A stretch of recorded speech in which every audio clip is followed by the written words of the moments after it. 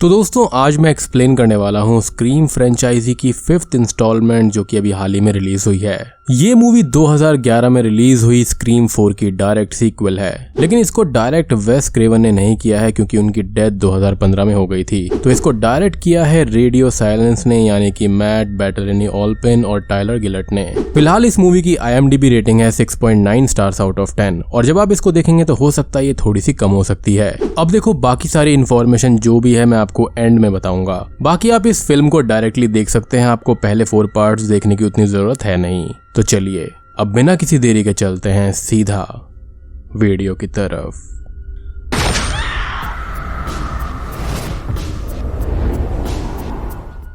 Movie की starting होती है वुड्सबोरो कैलिफोर्निया में, जहां पर हम देखते हैं टैरा नाम की एक लड़की को जो कि अपने घर पर थी और वो अपनी फ्रेंड एम्बर से बात कर रही होती है टेक्स्ट पर कि तभी टैरा की लैंडलाइन रिंग होती है जिसको टैरा आंसर करती है। दूसरी साइड पर जो पर्सन होता है जो कि एक रॉन्ग नंबर था, वो टैरा से बात करने लगता है और उससे उसकी फेवरेट हॉरर मूवीज के बारे में बोलता है। बेसिकली वो उससे स्टैब यानी कि ओरिजिनल स्क्रीम मूवीज के बारे में बोलने लगता है। वो पर्सन टैरा से स्टैब की बात करता है और उससे बोलता है कि स्टैब मूवी में ने भी लड़की को रॉन्ग नंबर से फोन किया था और फिर उसके साथ में गेम खेला था। तो क्या अब टैरा गेम खेलना चाहेगी? टैरा अब थोड़ी सी डिस्टर्ब हो जाती है और वो कॉल को कट कर देती है। टैरा के घर पर अब डोर्स बैंग होने लगते हैं और उसको फिर से कॉल आने लगते हैं और अब एम्बर के फोन से उस अननोन पर्सन के मैसेजेस आते हैं। वो आदमी बताता है कि उसने एम्बर का फोन क्लोन कर लिया है और वो एम्बर के घर के बाहर ही खड़ा है जिसको वो कभी भी मार सकता है। साथ ही वो आदमी एम्बर के फुटेज को भी टैरा को भेज देता है जहां पर वो आदमी एम्बर पर नजर रख रहा था। टैरा अब तक बहुत डर जाती है और वो उस आदमी के गेम को खेलने के लिए हाँ कर देती है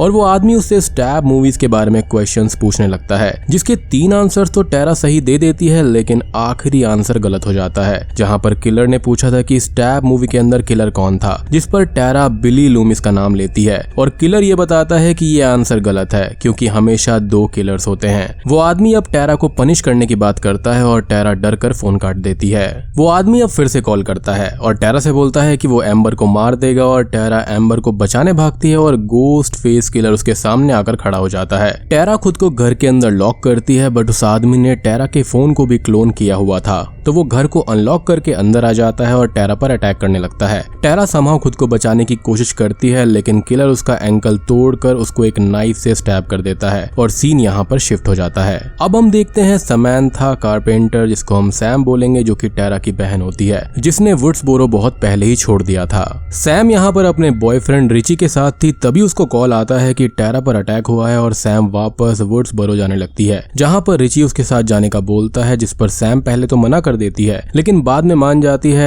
रिची सैम की बहुत फिक्र करता था। अब हम टाउन में देखते हैं एक फ्रेंड्स के ग्रुप को जिसके अंदर होते हैं एम्बर, वेस हिक्स जो कि डेप्यूटी जूडी हिक्स का बेटा है जो कि स्क्रीम 4 में हमको दिखी थी। उसके साथ में है चैड, मिंडी यानी कि चैड की सिस्टर और लिव यानी कि चैड की गर्लफ्रेंड। वो लोग टैरा के भी कॉमन दोस्त होते हैं और आपस में डिस्कस करते हैं कि गोस्ट फेस किलर वापस आ गया है और उसने खून करने शुरू कर दिए हैं। साथ ही वो लोग अब बहुत से लोगों पर शक करने लगते हैं, खास करके एक दूसरे पर, क्योंकि स्क्रीम मूवीज के अंदर एक ग्रुप होता है जिसके अंदर किलर उसी ग्रुप से होता है। अब उन लोगों की नजर तभी वहां पर खड़े हुए विंस श्नाइडर पर पड़ती है और लिव बताती है कि विंस ने पहले टैरा को परेशान किया था, जिससे सबका शक अब विंस पर ही जाता है। उन लोगों को टैरा का मैसेज भी आता है जिसको अब होश आ गया था। वो लोग टैरा से मिलने हॉस्पिटल जाने लगते हैं। अब इधर रास्ते में सैम और रिची टाउन में आ रहे थे और उनकी थोड़ी बहुत बातचीत होती है जहां पर सैम बताती है कि स्टैब मूवीज लोकल टाउन में होने वाले इंसिडेंट्स पर ही बेस्ड होती हैं। साथ ही उन लोगों की कॉन्वर्सेशन में हॉलीवुड की बहुत सारी स्लैशर मूवीज की बात होती है। सैम बताती है कि बिली लूमिस नाम के आदमी ने अपने दोस्त के साथ मिलकर किलिंग शुरू करी थी जहां पर गोस्ट मास्क लगाकर वो लोगों को मारा करते थे और बाद में बहुत सारे लोग फेमस होने के लिए ऐसा करने लगे। खैर सैम और रिची अब हॉस्पिटल पहुंच जाते हैं और वहां पर वो टैरा और बाकी के लोगों से मिलते हैं। टैरा अपनी बहन से मिलकर काफी खुश थी क्योंकि सैम ने बहुत टाइम पहले ही घर छोड़ दिया था। सैम अब यहाँ पर रिची को टैरा के फ्रेंड्स यानी कि एम्बर, चैड, वेस और मिंडी और लिव से इंट्रोड्यूस करवाती है, जिनको एक टाइम पर सैम बेबी सिटिंग किया करती थी। यहाँ पर हम एक चीज नोटिस करते हैं कि एम्बर सैम को कुछ खास पसंद नहीं करती क्योंकि उसको टैरा की बहुत फिक्र रहती थी और सैम ने टैरा को अकेले ही छोड़ दिया था। सभी लोग अब बाहर चले जाते हैं और सैम टैरा के पास में ही रुकती है जो कि काफी घबराई हुई थी और बहुत डरी हुई थी। अगले सीन में सारे फ्रेंड्स बार में बात कर रहे होते हैं जहाँ पर वो लोग अपने सस्पेक्ट की लिस्ट बना रहे थे और उस लिस्ट में एक दूसरे को ही वो रखते हैं, जहाँ पर एम्बर को सैम पर ही शक था, क्योंकि वो टेरा को छोड़कर चली गई थी और बाकी सब किसी न किसी रीजंस पर एक दूसरे पर ही शक करने लगते हैं। अब तभी वहाँ पर विंस आ जाता है और उन सब की विंस से थोड़ी सी बहस हो जाती है और बार ओनर उन सभी को वहाँ से निकाल देती है। विंस अब बाहर आकर सुसु कर रहा होता है कि तभी उसकी कार ऑन हो जाती है और विंस अपनी कार को चेक करने जाता है तो वहाँ पर कोई भी नहीं था, लेकिन सडनली किलर आकर वहाँ पर विंस को जान से मार देता है। इधर हॉस्पिटल में सैम को किलर के नाइटमेयर्स आने लगते हैं और उसकी नींद खराब हो जाती है और वो रिची को देखती है जो कि स्टैब मूवीज को देख रहा था, एज उसको स्टैब फ्रेंचाइजी के बारे में कुछ खास नॉलेज नहीं थी। अब यहाँ पर जब भी स्टैब की बात होगी तो यहाँ पर मैं स्क्रीम मूवीज के बारे में बात कर रहा हूँ। खैर सैम अब वॉशरूम जाती है और वहाँ पर सैम को बिली लूमिस दिखाई देता है, जो कि सैम का साइकोटिक एंजल दिखाता है, उसको बिली लूमिस की स्पिरिट दिखाई देती है या उसके दिमाग में चलती रहती है। अब बिली बोलता है कि सैम को टेरा को सारा सच बता देना चाहिए कि ये सब हो क्यों रहा है और सैम जो है वो छुपा रही है। अब सैम का फोन रिंग होता है और किलर का उसको कॉल आता है जो सैम से ये बोलता है कि वो सैम के फैमिली सीक्रेट के बारे में सब जानता है। सैम उस किलर को टेरा से दूर रहने का बोलती है और किलर तभी वहाँ पर आ जाता है और सैम पर अटैक करने लगता है, लेकिन सैम खुद को बचा लेती है और वहाँ से भाग जाती है और डेप्यूटी विंसन को बुलाकर लाती है। डेप्यूटी विंसन चेक करते हैं लेकिन किलर अब तक वहाँ से भाग चुका था। अब हॉस्पिटल में जूडी हिक्स आती है और रिची और सैम से पूछताछ करती है। एम्बर भी वहाँ पर आ गई थी और वो सैम और रिची पर शक करने लगती है। अब सैम हॉस्पिटल में पुलिस बढ़ाने की बात करती है टू प्रोटेक्ट टेरा और जूडी हिक्स सैम को बाहर लेकर जाती है और उससे बोलती है कि वो सैम को अच्छे से जानती है और सैम इस टाउन के लिए ठीक नहीं है, तो वो यहाँ से अपने बॉयफ्रेंड के साथ में चली जाए क्योंकि सैम ने अपने पास्ट में कुछ उल्टी सीधी हरकतें करी हैं और वो ड्रग्स भी लेने लगी थी। अब तभी सैम टेरा के पास में आती है और उसको सारी सच्चाई बताती है। सैम बोलती है कि उसको मॉम की लिखी हुई डायरीज मिली थी और उसमें ये लिखा हुआ था कि सैम की मदर उसके डैड के साथ पहले रिलेशनशिप में आई थी, बट वो किसी और के साथ भी अफेयर में थी जिससे वो प्रेग्नेंट हो गई और सैम के डैड को उन्होंने बताया कि ये बच्चा उनका है, जिससे कि उसके डैड ने सैम की मदर से शादी कर ली। अब सैम को ये जानकर काफी दुख हुआ और वो अपनी मदर के पास में गई और उनसे उन डायरीज के बारे में चिल्ला कर पूछने लगी और ये बातें उसके डैड ने भी सुन ली थी और उसी रात वो उन सबको छोड़कर चले गए थे, यानी कि सैम की वजह से। अब सैम के अंदर इस चीज का गिल्ट बैठ गया था और उसने खुद को सबसे दूर कर लिया और ड्रग्स करने लगी। अब टेरा सच जानकर बहुत ही ज्यादा शॉक्ड हो जाती है और दुखी भी होती है, लेकिन सैम रियल सच बताती है कि उसका रियल डैड असल में बिली लूमिस ही था और अब किसी को ये बात पता चल चुकी है, इसलिए उसने टेरा को हर्ट किया है। टेरा अब शॉक्ड हो जाती है और गुस्से में सैम को वहां से जाने का बोल देती है। सैम बाहर आती है जहां पर रिची था और उसने भी सुन लिया था और सैम उससे दूर जाने का बोलती है, जिस पर रिची ये बोलता है कि वो सैम के साथ में ही रहेगा क्योंकि वो सैम से प्यार करता है और उसे छोड़कर नहीं जा सकता। यानी कि सैम का जो असली पिता था वो किलर था जिसका नाम बिली लूमिस था और ये राज उसने सभी से छुपाकर आज तक रखा हुआ था। अब सैम और रिची डुई के पास में जाते हैं जिनको हमने स्क्रीम 1 में देखा था और बाकी स्क्रीम्स के अंदर भी। डुई राइली जो कि एक डेप्यूटी हुआ करते थे वो अब रिटायरमेंट ले चुके थे और वो टीवी पर गेल वेदर को देख रहे थे जिनसे अब उनका ब्रेकअप हो गया था। सैम और रिची डुई से बात करते हैं और उनसे हेल्प मांगते हैं, जहां पर डुई कुछ रूल्स बताते हैं स्टैब मूवीज को सर्वाइव करने के लिए। सबसे पहले अपने लव इंटरेस्ट पर कभी भी ट्रस्ट मत करो क्योंकि वो थर्ड एक्ट में धोखा देकर जान ले सकता है, जिस पर रिची बोलता है कि वो सैम के साथ दूसरे टाउन में था और 6 महीने से वो एक दूसरे को जानते हैं। रूल नंबर 2, चीजें हमेशा पास्ट से जुड़ी हुई होती हैं और रूल नंबर 3, हमेशा एक फ्रेंड्स का ग्रुप होता है और किलर उसी ग्रुप में से एक होता है। तो सैम अब किलर का पता लगाए। सैम अब ये बोलती है कि डुई उसकी हेल्प करे क्योंकि अगर चीजें पास्ट से जुड़ी हुई हैं तो इसका मतलब ये है कि डुई की भी जान को खतरा है, लेकिन वो उन दोनों को वहां से भगा देता है। डुई अब सिडनी प्रेस्कॉट को कॉल करता है और उसको ये बोलता है कि किलिंग्स फिर से शुरू हो गई हैं और सिडनी टाउन में वापस ना आए, जहां पर सिडनी मेन स्क्रीम मूवी से लेगेसी कैरेक्टर है। सिडनी डुई से ये बोलती है कि वो सभी को प्रोटेक्ट करे क्योंकि वो ये कर सकता है। अब वो गेल को भी मैसेज करता है किलिंग्स के बारे में बताते हुए और वापस ना आने का बोलता है। डुई अपना डेप्यूटी वाला सामान और गन देखते हैं और सैम और रिची की हेल्प करने के लिए तैयार हो जाते हैं। वो तीनों अब मार्था के घर पर जाते हैं जिसको हमने ओरिजिनल स्क्रीम में देखा था और मार्था यहाँ पर चैड और मिंडी की मदर है। यहाँ पर रैंडी की भी फोटो लगी हुई थी जो कि चैड और सिंडी के अंकल हैं जिनको ओरिजिनल स्क्रीम में मार दिया गया था। अब डुई और सैम सबसे पूछताछ करने लगते हैं। सैम यहाँ पर सबको सच बताती है कि वो बिली लूमिस की बेटी है। अब सभी लोग यहाँ पर एक दूसरे पर शक करने लगते हैं, लेकिन तभी एक बात पता चलती है कि विंस यहाँ पर स्टू मैकर का भतीजा था। अब सभी लोग एक दूसरे पर शक करके अपने अपने पॉइंट्स को रखते हैं कि डुई को पहली मूवी में स्टैब किया गया था और उसकी वाइफ ने उसको छोड़ दिया तो वो किलर हो सकता है। सैम यहाँ पर किलर की बेटी है और वो भी हो सकती है एंड यही सब बातें चलती हैं। अब मिंडी बोलती है कि ओरिजिनल किलर से रिलेटेड ही लोगों पर अटैक हुआ है और प्रेजेंट किलर जो भी है वो अपना ही एक रिक्वेल बना रहा है, जहाँ पर वो स्क्रीम यानी कि स्टैब फ्रेंचाइजी से आने वाली रिसेंट मूवी से खुश नहीं है क्योंकि मूवीज काइंड ऑफ रिबूट हो गई है और वो अपनी ही कहानी बना रहा है, जहाँ पर स्टोरी को रिबूट भी किया जा रहा है और लेगेसी कैरेक्टर्स और न्यू कैरेक्टर्स को साथ में जोड़ा जा रहा है ताकि कहानी आगे भी बढ़े और ओरिजिनल वाली फील भी रहे।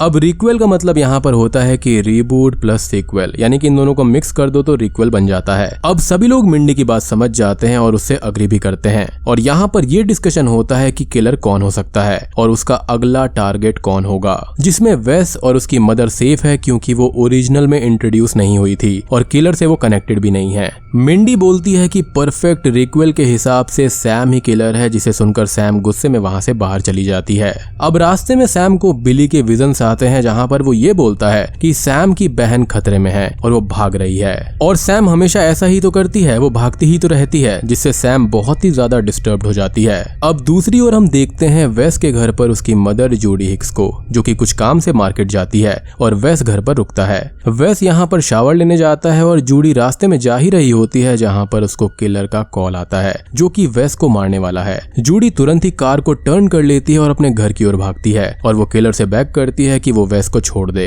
जूडी घर पर पहुंच जाती है और किलर मेन डोर पर उसके सामने आ जाता है और जूडी को बहुत बार स्टैब करके जान से मार देता है। अब घर के अंदर वेस अपनी मदर के मिस्ड कॉल्स को देखता है और उनको इग्नोर कर देता है और बाकी के काम करने लगता है। किलर अब घर के अंदर जाता है और उसको भी जान से मार डालता है। कुछ ही देर के बाद में सैम वहां पर पहुंचती है जिसको वेस और उसकी मदर की डेथ की खबर मिलती है और डुई भी यहाँ पर आ गए थे। अब वहां पर इस केस को कवर करने गेल वेदर भी आ जाती है जो कि सैम से थोड़ी बहुत बात करती है और वो यहाँ पर डुई से मिलने भी जाती है। डुई और गेल की बात होती है जहाँ पर वो एक दूसरे की बहुत फिक्र करते थे और डुई खुद को कायर कहता है, जिस पर गेल ये बोलती है कि वो कायर नहीं है और उसने बहुत कुछ किया है और वो बहुत कुछ कर भी सकता है। साथ ही वो दोनों आज भी एक दूसरे से प्यार करते हैं। अब वो डुई से ये भी कहती है कि वो खुद का ख्याल रखे और किलर से दूर रहे। अब यहाँ पर सैम डेप्यूटी विंसन को देखती है और वो उनसे पूछती है कि अगर वो यहाँ पर हैं तो हॉस्पिटल में कौन है, और वो समझ जाती है कि टेरा की जान को खतरा है। अब सैम यहाँ पर रिची को कॉल करके बोलती है कि वो तुरंत ही हॉस्पिटल पहुंचे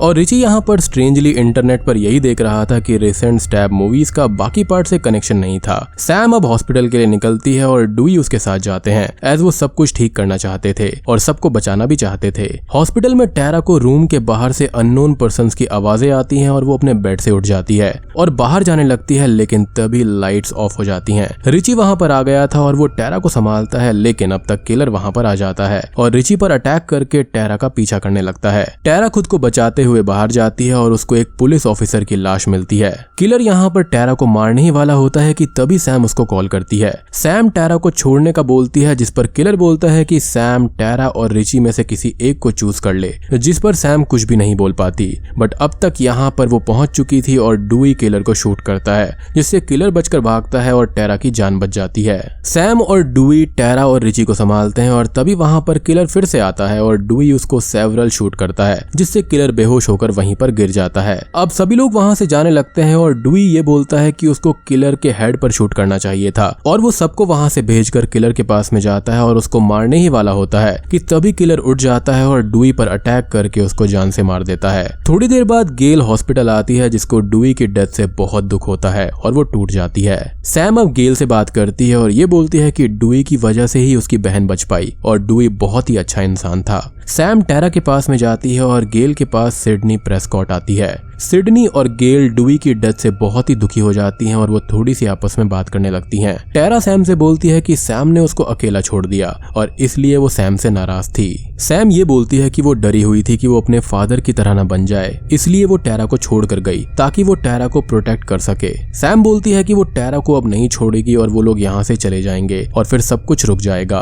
वो लोग वहाँ से जाने लगते हैं और सिडनी सैम से बात करने आती है और बोलती है कि सैम को सिडनी और गेल की हेल्प करनी चाहिए उस किलर को मारने में, क्योंकि वो किलर नहीं रुकेगा और सैम का पीछा करता रहेगा। सिडनी और गेल की फैमिलीज को भी खतरा है तो उनको ये सब रोकना होगा। सैम बोलती है कि उसको अपनी बहन को बचाना है और वो इस जगह से बहुत दूर चली जाएगी और वो वहां से निकल जाती है, जिसकी कार पर सिडनी ने यहाँ पर ट्रैकर लगा दिया था जिससे वो सैम का पीछा करेगी, क्योंकि किलर उनके पीछे जरूर जाएगा। अब रास्ते में जाते हुए टेरा अपना इनहेलर देखती है जो कि उसके पास में नहीं था और रिची वापस हॉस्पिटल जाने से मना कर देता है। टेरा बोलती है कि स्पेयर इनहेलर एम्बर के पास में रखा हुआ है और वो रिची से रिक्वेस्ट करती है एम्बर के घर तक चलने के लिए, क्योंकि बिना इनहेलर के टेरा को बहुत तकलीफ होने वाली थी, जिस पर रिची पहले तो डर से मना कर देता है लेकिन फिर मान जाता है। अब हम शॉकिंगली देखते हैं कि एम्बर के घर पर पार्टी चल रही होती है, यानी कि यहाँ पर सब लोग मर रहे हैं और ये लड़की पार्टी कर रही है। खैर वहाँ पर सब लोग ही अकेले कहीं जाने से डर रहे थे। अब यहाँ पर चैड और लिव इंटीमेट होने लगते हैं और लिव अकेले में चलने का बोलती है, जिस पर चैड मना कर देता है कि अकेले जाने पर किलर उनको मार देगा और किसी पर भी ट्रस्ट नहीं करा जा सकता, नॉट इवन ऑन लिव, जिसे सुनकर लिव गुस्से में वहां से चली जाती है। अब चैड लिव को ढूंढने बाहर जाता है जहां पर उसे लिव की लाइव लोकेशन आती है और वो उसके पीछे जाता है जहां पर किलर उसके पास में आ जाता है और उसको स्टैब करने लगता है, लेकिन रिची की कार आता देख वो वहां से भाग जाता है। रिची, सैम और टेरा वहां पर आ गए थे और वो सबको पार्टी से भगा देते हैं। अब एम्बर इनहेलर लेने के लिए अंदर जाती है और रिची बियर लेने अंदर जाता है। यानी कि चल क्या रहा है, यहाँ पर कोई पार्टी कर रहा है, कोई बियर लेने जा रहा है, मतलब कि लोग मर रहे हैं और इनको इस चीज की पड़ी है। खैर दूसरी ओर गेल और सिडनी लोकेशन ट्रेस कर रहे थे और वो देखते हैं कि जिस घर में सैम गई है वो घर स्टू मैकर का है, जहां पर ओरिजिनल स्क्रीम में क्लाइमैक्स में सब कुछ हुआ था और वो लोग भी वहीं पर जाती हैं। घर पर मिंडी के पास में लिव आती है जो कि चैड से नाराज थी और मिंडी उससे चैड के बारे में पूछती है जो कि उसे ही ढूंढने बाहर गया था। लिव बोलती है कि उसको कुछ भी नहीं पता और वो गुस्से में वहां से चली जाती है। अब तभी मिंडी के पास में किलर उसको मारने आता है, लेकिन सैम आकर उसको बचा लेती है और किलर भाग जाता है। अब सभी लोग एक जगह पर आ जाते हैं और बहुत डरे हुए भी थे और लिव वहां पर आती है जिसके हाथों पर खून लगा हुआ था और वो बोलती है कि उसको घायल चैड मिल गया था।